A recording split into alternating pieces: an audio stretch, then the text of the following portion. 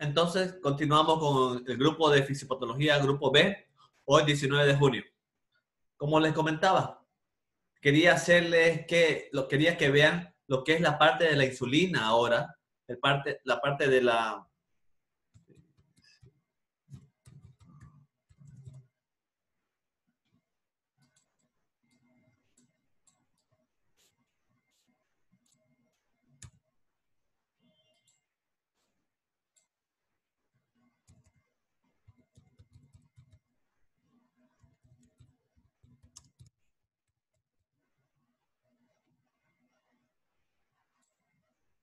parte de la insulina. Entonces se lo voy a mostrar ahorita. Aquí está.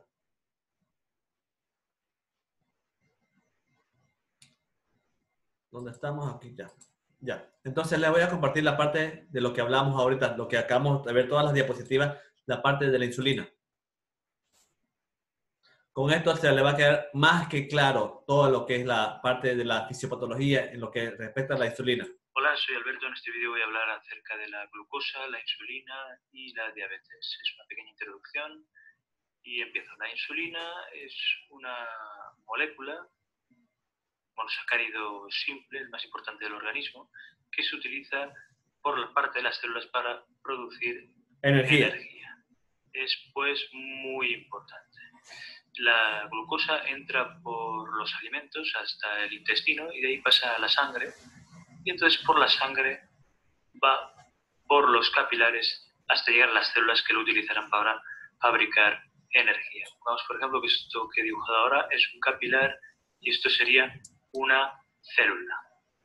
La glucosa entraría por aquí y llega, estos puntitos son la glucosa, voy a intentar representar, y esta glucosa llega y estimula en el páncreas, concretamente las células beta de los islotes de Langerhans del páncreas, la secreción de insulina, que es una hormona que regula, entre otras cosas, el nivel de glucosa en la sangre. La insulina, entonces, aumenta, al aumentar el nivel de glucosa, aumenta también el nivel de insulina, y la insulina lo que hace es, a nivel de las células, actuar en unos receptores que tienen las células para la insulina.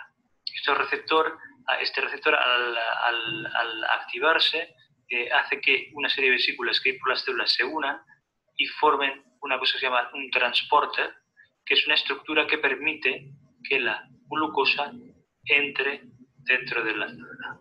Esto ocurre en muchos tipos de células, sobre todo en las células musculares, células adiposas, pero también en otros tipos de tejidos ocurre. Hay unas excepciones que no les hace falta la insulina para que entre la glucosa en esos tejidos, que sería, por ejemplo, el cerebro o en el hígado. ¿No? Necesitan la insulina en las células del cerebro y hígado para que entre la glucosa. Entonces, después de esta pequeña introducción, vendría a hablar un poquito de lo que es la diabetes. Entonces, cuando hablamos de diabetes, ¿a qué nos referimos? A un conjunto de enfermedades que se caracterizan por el aumento de glucosa en la sangre.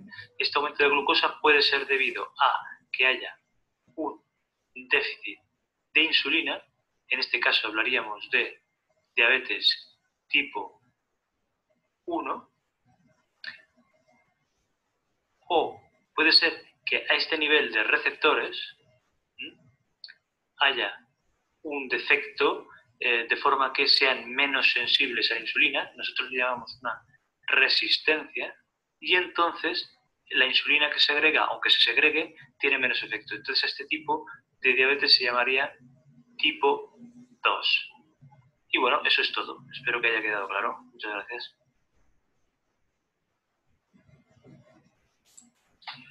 Hola, soy Alberto. En este vídeo voy a hablar acerca de la glucosa, la insulina. Esa es la parte que quería mostrarles de lo que era la insulina, ¿ya? Pero ahora quiero mostrarles de los papeles que juega la insulina en cada parte, en cada órgano, en cada tejido, lo que les explicaba, ¿no ves? Esto, y terminamos esta parte. El tema de ahora es insulina. Esta hormona es producida en el páncreas. Este órgano tiene dos tipos de tejidos. La parte exócrina, que mediante los acinos pancreáticos secretan jugos gástricos al duodeno, y la parte endocrina, cual está conformada de islotes de Langerhans, en los cuales predominan las células alfa en un 25%, la célula beta en un 60%, la célula delta en... Esto es lo que acabamos de ver cuando hablamos de las células de Langerhans, las 4 hormonas que se dan, ¿se acuerdan, no ves? Un 10%. Las células alfa producen glucagón. Las células beta se encargan de producir insulina, amilina. Las células delta producen somatostatina. Es importante mencionar que en 1922, Banting y Best aislaron por primera vez la insulina del páncreas. La producción de esta hormona inicia en el ribosoma, donde estas subunidades se encargan de traducir el ARN proveniente del núcleo para formar preproinsulina, que en el retículo endoplásmico es desdoblada en proinsulina, la cual consta de una cadena A, B y C. Luego la proinsulina es llevada al aparato de Golgi, donde es escindida en insulina y péptido C. También el aparato de Golgi empaqueta en vesículas para su secreción. Luego veamos que la insulina, la cual consta de una cadena A y B, tiene una semivida de 6 minutos. El resto de la insulina desaparece del plasma en 10 a 15 minutos por acción de la insulinasa, que predomina en los tejidos hepáticos, en riñón y en menor medida en los demás. Tanto la insulina como el péptido C se secretan en cantidades equimolares. Esto explica la utilidad que tiene medir péptido C para determinar la cantidad de insulina que se sigue produciendo en el páncreas. Para que la insulina inicie sus efectos en las células efectoras, ha de unirse primero y activar una proteína receptora de la membrana. Es este receptor activado y no la insulina el que desencadena los efectos posteriores intracelulares que genera esta hormona. Pocos segundos después de la unión de la insulina a su receptor, se produce un notable incremento de la captación de glucosa por casi el 80% de las células del cuerpo. Esta aceleración del transporte de glucosa se debe a la translocación de vesículas intracelulares que se unen a la membrana y contienen en su interior transportadores de glucosa que aumentan la captación de esta y posteriormente la llevan hacia su destino intracelular. Otro efecto es que la membrana celular se hace más permeable a los iones potasio y fosfato, aumentando el transporte al interior de la célula de estos iones. También estimula la actividad metabólica de muchas enzimas intracelulares. Efectos sobre los hidratos de carbono. La mayor parte de la energía utilizada por el tejido muscular no depende de la glucosa, sino de ácidos grasos, y esto porque en reposo las células musculares no son permeables a la glucosa. Sin embargo, cuando está en actividad, la permeabilidad a esta aumenta, aún en ausencia de insulina. También es importante mencionar que durante la ingesta de comidas o minutos después, la glucosa en sangre aumenta y en respuesta se produce más insulina, la cual permeabiliza aún más la célula muscular a la glucosa. Si se sigue captando glucosa y el músculo se encuentra en reposo, esta se almacenará en forma de glucógeno y se aprovechará después para los periodos cortos de máxima intensidad de utilización energética. La insulina facilita la captación, el almacenamiento y la utilización de glucosa por el hígado. Esto ocurre gracias a las siguientes etapas que ocurren de manera simultánea. Primero, inactiva la fosforilasa hepática, la cual es la enzima encargada de degradar el glucógeno hepático a glucosa, con lo cual impide la degradación de este ya almacenado. Como sabemos, la insulina también aumenta la captación de la glucosa por el hepatocito. Esto incrementa la actividad de la enzima glucosinasa, cual convierte la glucosa en glucosa fosforilada, que es el principal sustrato que utiliza la glucógeno sintetasa para formar glucógeno en el hígado y se almacena hasta aproximadamente un 5 a 6% de la masa hepática. También la insulina inhibe a la gluconeogenia y favorece que el exceso de glucosa captada por el hígado sea convertida en ácidos grasos que se llevan a través... En ácidos grasos, que son estos, las LDL, que son las enzimas de baja densidad, por si acaso. De las lipoproteínas hacia el tejido adiposo para almacenarse como grasa. Conociendo estos efectos, sabemos que en el periodo entre las comidas, la glucosa disminuye, lo que se traduce en una disminución de la producción de insulina. Sin esta, los mecanismos antes descritos dejan de funcionar y el resultado será que el hígado libera glucosa entre las comidas. Aquí lo que les dice entre las comidas y todo eso es que cuando hacemos algún laboratorio, cuando un paciente acuda a nuestra consulta y hacemos el laboratorio, le pedimos el laboratorio, ya no sabemos a qué hora vino el paciente a qué hora comió el paciente y le hacemos un laboratorio de sangre y vemos que su azúcar sale elevada. Pues entonces puede ser que el paciente ya haya desayunado, ya almorzó, ya tomó usted, etcétera. Pero cuando un paciente viene a consulta externa y lo podemos estudiar, le preguntemos, le hacemos la anamnesis y le damos la orden del laboratorio, pues entonces en ese caso le decimos que venga al día siguiente recién a hacerse el laboratorio en ayuna para que no tengamos que tener un resultado que varíe y que nos dé un falso positivo. Es importante mencionar que los únicos tejidos que son permeables a la glucosa en ausencia de insulina son las células del sistema nervioso central. Veamos el efecto sobre las grasas. La insulina favorece la síntesis y el depósito de lípidos. Veamos la síntesis. Esta hormona acelera el transporte de la glucosa a los hepatocitos, almacenándola ahí en forma de glucógeno hasta un 5 a 6% de su masa hepática. Cuando se alcanza esta concentración, automáticamente se inhibe la síntesis de glucógeno. Por lo tanto, el resto de glucosa está lista para transformarse en ácidos grasos, los cuales se emplean para formar triglicéridos, que es la forma habitual en que se almacena la grasa, y se liberan desde los hepatocitos hasta la sangre. Lo que les decía, ¿no? ¿Se acuerdan de los triglicéridos, lo que estábamos hablando?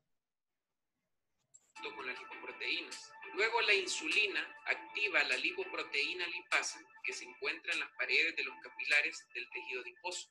Esta enzima convierte los triglicéridos en ácidos grasos, que es el requisito y la forma imprescindible para que el tejido adiposo absorba lípidos. Luego, dentro del tejido adiposo, se convierten nuevamente en triglicéridos, que es la forma habitual en que se almacenan. Veamos la otra parte del depósito. La insulina inhibe a la enzima lipasa sensible a esta hormona. Esta enzima procesa la hidrólisis del tejido adiposo para formar y liberar ácidos grasos. También la insulina fomenta el transporte de glucosa a las células adiposas a través de la membrana celular. La utilización de esta glucosa produce grandes cantidades de alfa-glicerofosfato, que es el que suministra el glicerol que se une a los ácidos grasos para formar triglicéridos, forma que adoptan los lípidos depositados. El déficit de insulina provoca la lipólisis de las grasas, debido a que la lipasa aumenta su actividad y se encarga de liberar los ácidos grasos del tejido adiposo, los cuales son utilizados para fines energéticos. Y luego, al disminuir el alfa-glicerofosfato, también disminuye la cantidad de triglicéridos. La presencia de este exceso de ácidos grasos en el hepatocito, más la deficiencia de insulina, activa la vía de la carnitina, que es el mecanismo que se encarga de transportar los ácidos grasos hacia la mitocondria. Y es ahí, mediante la beta-oxidación, que estos son llevados a acetil-CoA. Luego este compuesto se condensa en ácido cetoacético, el cual tampoco es metabolizado por los tejidos periféricos por el déficit de insulina. Luego este compuesto se transforma en beta-hidroxibutirato y cetona, que se conocen como cuerpos cetónicos. El aumento de estos cuerpos en los líquidos corporales se conoce como cetosis. Veamos el efecto sobre las proteínas. La insulina estimula los ribosomas, tanto así que funciona como un switch de encendido y apagado. Es decir, al haber una disminución de la insulina, disminuye la producción de proteínas. También la insulina inhibe el catabolismo de las proteínas a nivel muscular y como a nivel hepático deprime la gluconeogenia, conserva los aminoácidos, que son el principal sustrato de conversión a glucosa en el proceso de gluconeogenia. El resultado entonces es que favorece la conservación de la masa proteica. Ahora veamos el mecanismo de la secreción de insulina. La presencia de glucosa es detectada por la célula beta y es gracias al transportador de glucosa GLUT2 que es introducida en la célula en cantidades similares a las del espacio extracelular. Dentro de esta se transforma en glucosa 6-fosfato por acción de la enzima glucosinasa. Luego es oxidada a ATP y es este el que inhibe los canales de potasio, provocando el cierre de estos. Esto genera una despolarización a nivel de la membrana que estimula los canales de calcio sensibles de voltaje. Esto promueve la entrada de calcio a la célula, el cual es el ion imprescindible para la exocitosis de insulina hacia el espacio extracelular. Bueno, chicos, ese era el tema que quería mostrarles el día de hoy. ¿Ya? Bueno, sí, todavía no hemos terminado el tema, ¿no? Pero es la diapositiva para que se capten mejor lo que hablamos de la insulina, de lo que hablamos de los islotes Langerhans y las 4 células que se dan y produce cada una de estas. Cosa que así, ya cuando ustedes agarren el libro y puedan estudiarlo mejor, no se pierdan y se acuerden de todas estas diapositivas que hemos visto y este video que les he mostrado para que tengan una mejor claridad y una mejor comprensión del tema en sí. Entonces, sigamos con el tema. Glucagón. O es otra enzima que está secretada dentro de los islotes de Langerhans. ¿Ya? Es una hormona de gran peso molecular, aproximadamente entre 3.485 Dalton, ¿ya? Secretada por las células alfa. Esta es por las células alfa. La insulina, acuérdense que era por las células beta de los islotes de Langerhans. ¿Encargada de qué? De disminuir la glicemia y otras funciones opuestas a la insulina. Aquí cuando dice otras funciones opuestas a la insulina es como que esta es el Batman y el Guasón, digamos. Ambas peleando entre sí. ¿Para qué? Para ver quién gana, quién produce la alteración metabólica a nivel pancreática cuando hablamos del páncreas endocrino. Efecto del glucagón sobre los carbohidratos. Cuando hablamos de los carbohidratos, vemos que la misma membrana plasmática se encuentra acá con sus capilares fenestrados, obviamente. Vemos que el glucagón promueve la glucogenólisis. Aquí está. Degradando el glucógeno hasta glucosa. Glucogenólisis. Glucógeno por la glucosa 6-fosfato empieza a degradar, porque es la glucogenólisis, y hace que esto se transforme el glucógeno en glucosa para que pueda atravesar la membrana con sus capilares fenestrados. Efecto del glucagón sobre las proteínas. La glucogenólisis y la urogénesis. La gluconeogénesis es la formación de glucosa a partir de ácido láctico y aminoácidos en el hígado. ¿Ya? Aquí está la síntesis de proteínas y aminoácidos y la degradación de proteínas, la cual ocasiona que la gluconeogénesis, ¿ya? Que es en forma de ¿qué? De amoníaco de glucosa. Este amoníaco que la sintetiza en urea para formar la ureasa. La urogénesis es la formación de urea a partir del amoníaco que vemos acá, proveniente de la glucogenólisis. Efecto del glucagón sobre los lípidos.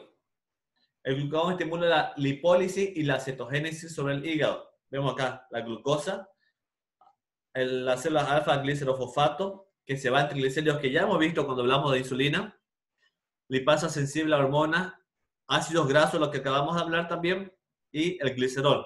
Estos ácidos grasos van y degradan junto con la acetilcoenzima A en la cetogénesis, que está aquí, cuerpos cetónicos, y para que atraviesen la membrana en forma de ¿qué? De cuerpos cetónicos y de ácidos grasos. Polipéptido pancreático, que es las células PP. Este polipéptido es secretado por las células F, que son de los islotes de Langerhans. Y estudios revelan que su regulación corre a cuenta de los nutrientes. Distensión gástrica, hipoglicemia inducida ¿por quién? Por la insulina, neurotransmisores y estimulación del vago. Somatostatina, otra de las hormonas que salen por los islotes de Langerhans. Este es un polipéptido de 14 aminoácidos, a diferencia de aquí. Voy a mostrar algo. 3.484 Dalton. ¿Y la somatostatina cuánto tiene? Solamente 14 aminoácidos, con una vida corta de 3 minutos, que estimula la glicemia. El aumento de los aminoácidos a ácidos grasos y diversas hormonas también tienen un efecto inhibidor de la insulina, de la motilidad y secreción del sistema digestivo. Aquí está islote de Langerhans, sale la somatostatina, la cual regula e inhibe. ¿Regula qué? La insulina y el glucagón. E inhibe qué? Los ácidos grasos y la motilidad intestinal. ¿Cuál es la estructura de todo este páncreas endocrino? ¿Está por quién? Obviamente, la estructura por los islotes de Langerhans, donde suelta la somatostatina, el glucagón y el polipéptido pancreático, sin olvidarnos de las células beta, que es de la insulina. Nuevamente, cuando hablamos de la somatostatina, esta es una hormona proteica compuesta de 14 aminoácidos en forma de anillos que se unen por un puente de sulfuro formado entre dos residuos de cisteína, producida en las células delta del páncreas en los islotes de Langerhans, hipotálamo y zonas del sistema nervioso central. Voy a hacer la última pausa, jóvenes, para hacer el último enlace y terminar la clase de páncreas endocrino.